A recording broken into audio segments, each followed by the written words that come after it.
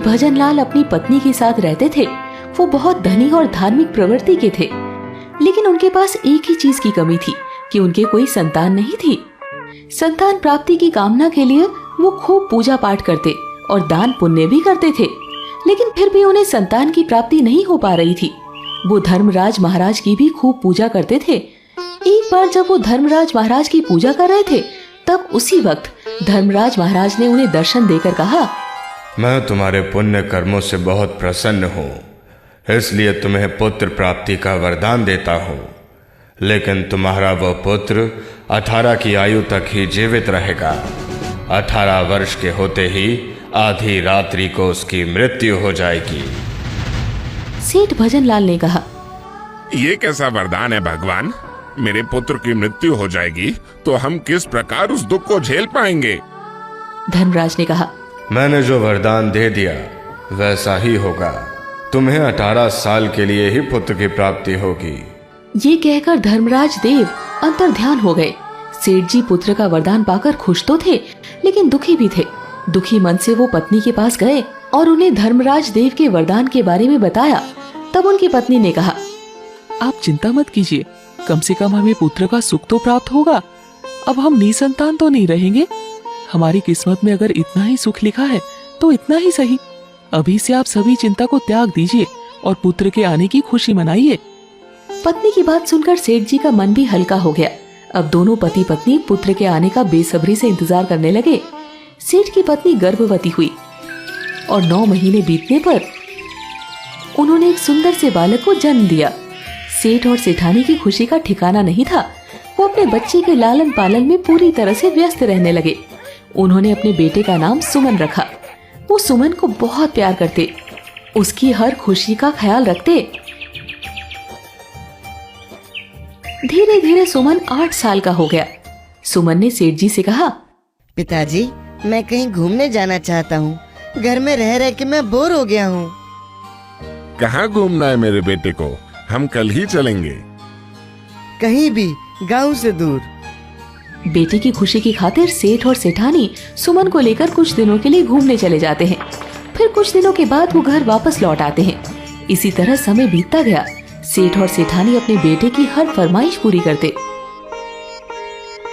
जब सुमन 10 साल का हो गया, उसने अपने जन्मदिन पर सारे दोस्तों को बुलाया। उसकी खुशी का कोई ठिकाना नहीं था, लेकिन सेठ और सेठानी तो उसके हर जन्मदिन पर और भी ज्यादा दुखी हो जाते। सुमन के 10वें जन्मदिन पर भी सेठ जी काफी दुखी थे। वो अकेले में बैठकर रोए जा रहे थे। तभी सुमन उनके पास आया। पिताजी, आज मेरा जन्मदिन है।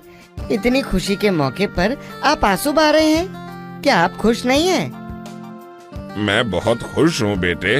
ये दुख के नहीं, बल्कि ये तो खुशी के आंसू हैं। जिसके पास तुम्हारे जैसा बेटा हो, वो दुखी कैसे रह सकता है? सेठ जी बेटे से क्या कहते, वो अपने दर्द को छुपा गए और बेटे को दिखाने के लिए खुश होने का नाटक करने लगे। किसी तरह सेठ जी खुद को समझाते और खुद को काम में व्यस्त कर लेते। इसी तरह समय बीतता गया और सुमन अब 16 साल का हो गया। तब एक दिन सेठानी ने सेठ जी से कहा, सुनिए जी, हमारा बेटा बड़ा हो गया है, अब हमें उसकी शादी करा देनी चाहिए। ये तुम कैसी बात कर रही हो? तुम्हें तो पता है ना हमारे बेटे के भविष्य के बारे में, फिर भी तुम इस तरह की बातें कर रही हो। आप ये मत सोचे, कैसी भी करके अच्छी लड़की देख के सुमन की शादी करवा दो। अपनी खुशी की खातिर हम किसी और लड़की की जिंदगी बर्बाद नहीं कर सकते। हमें अच्छे से पता है कि हमारा बेटा कुछ सालों का ही मेहमान है। आप इस तरह की बातें मत करो, बस किसी तरह सुमन की शादी करा दो। पत्नी की जिद के आगे सेठ जी को झुकना पड़ा। ना चाहते हुए भी उन्होंने ममता नाम की एक लड़की से सुमन की शादी धूमधाम से करा दी। बहू घर आई और काफी अच्छे से रहने लगी। ममता घर में सबके साथ काफी अच्छे से रहती और सबका खूब अच्छे से ख्याल रखती। वो भी धर्मराज देव की पूजा करती थी। बहू के आने से सेठ जी के घर में खुशियां दोगुनी हो गई। बहू बीच में जब कभी अपने मायके चली जाती, उन सबको अपना घर काफी सूना लगता। इसी तरह समय बीतता गया और सुमन 18 का होने वाला हो गया। अब तो सेठ और सेठानी की चिंता काफी ज्यादा बढ़ गई। एक दिन सेठ जी ने सेठानी से कहा, मैं सोच रहा था बहू को उसके मायके भेज दे। मैं नहीं चाहता कि वो अपने सुहाग को उजड़ते देखे। ये आप कैसी बात कर रहे हैं? हम अपनी बहू को अभी कहीं नहीं जाने दे सकते। बुरे वक्त में वही तो हमारा सहारा बनेगी।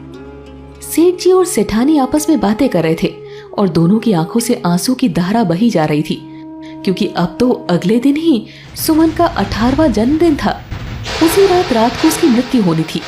इसी बीच उनकी बहू ममता उनके लिए चाय लेकर आई तो उसने दोनों की आंखों में आंसू देखकर पूछा, पिताजी, आप दोनों किस बात से इतने दुखी हैं? आप दोनों की आंखों में आंसू क्यों हैं?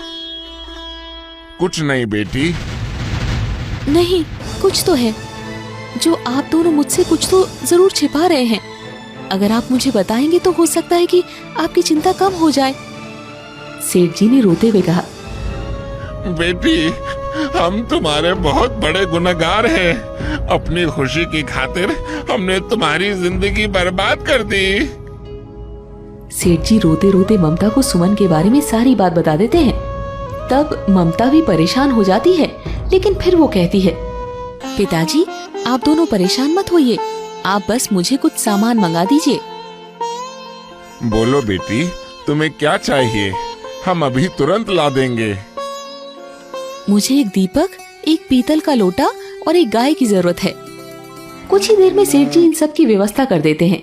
जब दूसरा दिन आता है तो सुमन अपने जन्मदिन को लेकर काफी खुश होता है।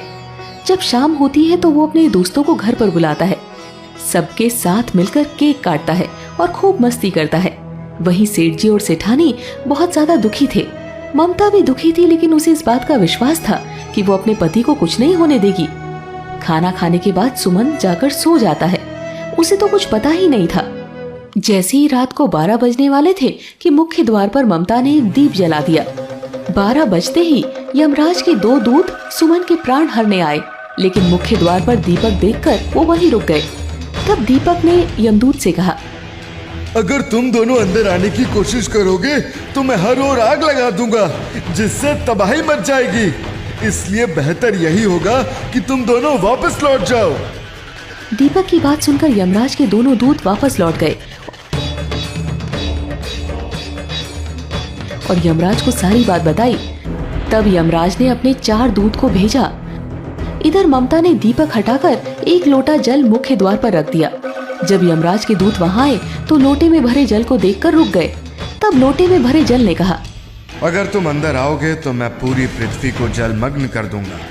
अगर चाहते हो कि ऐसा कुछ ना हो तो जहाँ से आए हो वहीं लौट जाओ। जल की बात सुनकर चारों दूत यमराज के पास लौट जाते हैं और उन्हें सारी बात बताते हैं। तब यमराज अपने 8 दूतों को सुमन का प्राण हरने के लिए भेजते हैं। इधर ममता ने लोटा हटाकर द्वार पर गाय बांध दी। जब यमदूत वहां आए तो गाय ने भी उन सबको भगा दिया। ऐसे में यमराज काफी क्रोधित हो गए और खुद ही सुमन के पास चल दिए। जब वो सुमन के घर के दरवाजे के अंदर प्रवेश किए तो ममता ने उन्हें प्रणाम किया। तब यमराज बोले, सौभाग्यवती भव। भगवान, आप मेरे पति के प्राण हरने आए हैं। आप उन्हें ले जाइए, लेकिन आपने अभी अभी मुझे सौभाग्यवती रहने का आशीर्वाद दिया है। उनके बिना मैं सुहागन कैसे रह सकती हूँ? ममता की बात सुनकर यमराज वहीं रुक जाते हैं। उन्हें अपनी गलती का एहसास हुआ, साथ ही उन्हें ममता की कुशलता से प्रसन्नता भी हुई। तब उन्होंने ममता को आशीर्वाद दिया, मैं तुम्हारी कुशलता से प्रसन्न हुआ, इसलिए मैं तुम्हें आशीर्वाद देता हूँ कि तुम सदा सुहागन रहोगी। तुम्हारे होते हुए तुम्हारे पति को कुछ नहीं होगा। आशीर्वाद देने के बाद यमराज वहां से अंतर्ध्यान हो गए। सुबह को जब सेठ और सेठानी ने अपने पुत्र को जीवित देखा तो उनकी खुशी का ठिकाना नहीं था।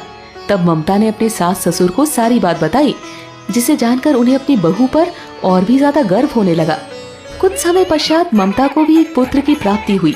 सेठ जी अपने भरे पूरे परिवार के साथ काफी खुश रहे।